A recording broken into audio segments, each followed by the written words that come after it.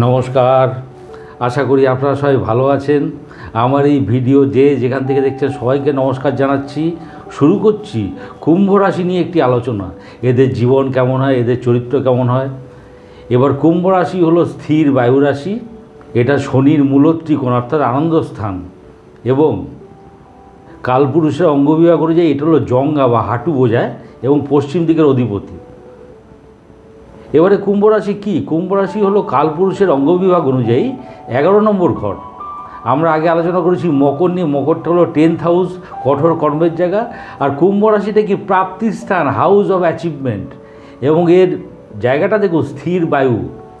এটা হচ্ছে house of concentration. Concentration না হলে কোনো কিছু অ্যাচিভমেন্ট হয় না। এখন কুম্ভ রাশি যেভাবে কনসেন্ট্রেট করতে পারে এটা কোনো রাশি পারে না। This is the best house.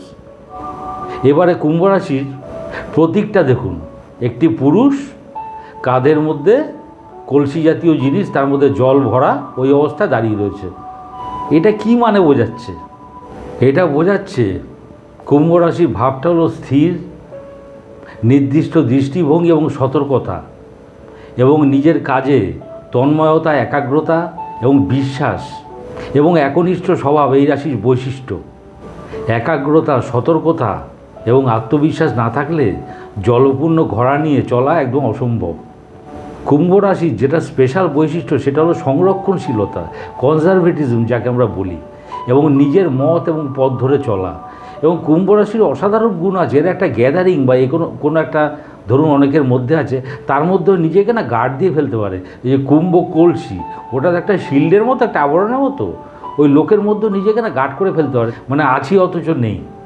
এই ব্যাপারটা কুম্ভ রাশি একটা অসাধারণ গুণ। যে কোনো অবস্থার থেকে নিজেকে গার্ড করা, নিজেকে বিচ্ছিন্ন করে ফেলতে পারে। এটা আমি বহু দেখেছি। এই জন্য যেটা আবার বলছি, হায়েস্ট লেভেল অফ কনসেন্ট্রেশন, মানে বহির্জগৎ তখন আপনার কাছে অফ হয়ে গেছে। এই ব্যাপারটা কঠোর সন্ন্যাস, নির্জন বাসপ্রিয়তা, তপস্যা, গভীর অন্তর্দৃষ্টি, গভীর চিন্তাশক্তি, গুপ্ত রহস্যের জ্ঞান এবং গভীর অনুভূতিমূলক জ্ঞান এই রাশির হলো বৈশিষ্ট্য। যে কোনো ধ্যান বলুন, যে কোনো মেডিটেশন বলুন, যেটাই বলুন, যেখানেই কনসেন্ট্রেট করার ব্যাপার আছে সেখানেই কুম্ভ রাশিকে লাগবে বা শনিকে লাগবে। এবারে দেখুন কুম্ভ রাশির এই ঘরের মধ্যে একটা বৃহস্পতি নক্ষত্র আছে। বৃহস্পতি মানে পেনিট্রেশন, দেবগুরু। কতটা ঢুকবেন ওটা ঠিক করবে বৃহস্পতি, তার বলাবল অনুযায়ী হবে। আর কুম্ভ রাশি বহির্জগৎ থেকে আপনাকে বিচ্ছিন্ন করে দেবে। অবশ্যই বলাবল দেখতে হবে, শনির বলাবল কী, বৃহস্পতির বলাবল কী, এগুলো দেখতে হবে। একটা অসাধারণ রাশি। আবার বলছি, কনসেন্ট্রেশন না হলে কিছু অ্যাচিভমেন্ট হয় না, কিছু প্রাপ্তি হয় না। রাশিচক্রে যদি শনি দুর্বল অবস্থায় থাকে তাহলে পরে কিছু ব্যাধির সৃষ্টি হয়। সেগুলো চক্ষু পীড়া, শিরোপ পীড়া, দন্ত পীড়া, এগুলো অগ্নিমাদ্য অর্থাৎ পেটের গণ্ডগোল এগুলো হয়। আর যেটা হচ্ছে হাঁটুর সমস্যা হবেই। আরেকটা যেটা হয়ে থাকে চর্মরোগ। এই রাশির জাতক বা জাতিকাদের পক্ষে নিরামিষ খাওয়া শরীরের পক্ষে, শরীর স্বাস্থ্য ভালো রাখার পক্ষে অত্যন্ত উপযোগী। আমি এখানে রাশি বলছি, কুম্ভ লগ্নের ক্ষেত্রে একই জিনিস প্রযোজ্য, এটা মাথায় রাখতে হবে। ভিডিওটি ভালো লাগলে লাইক, শেয়ার, সাবস্ক্রাইব করুন। সবাই ভালো থাকবেন। নমস্কার।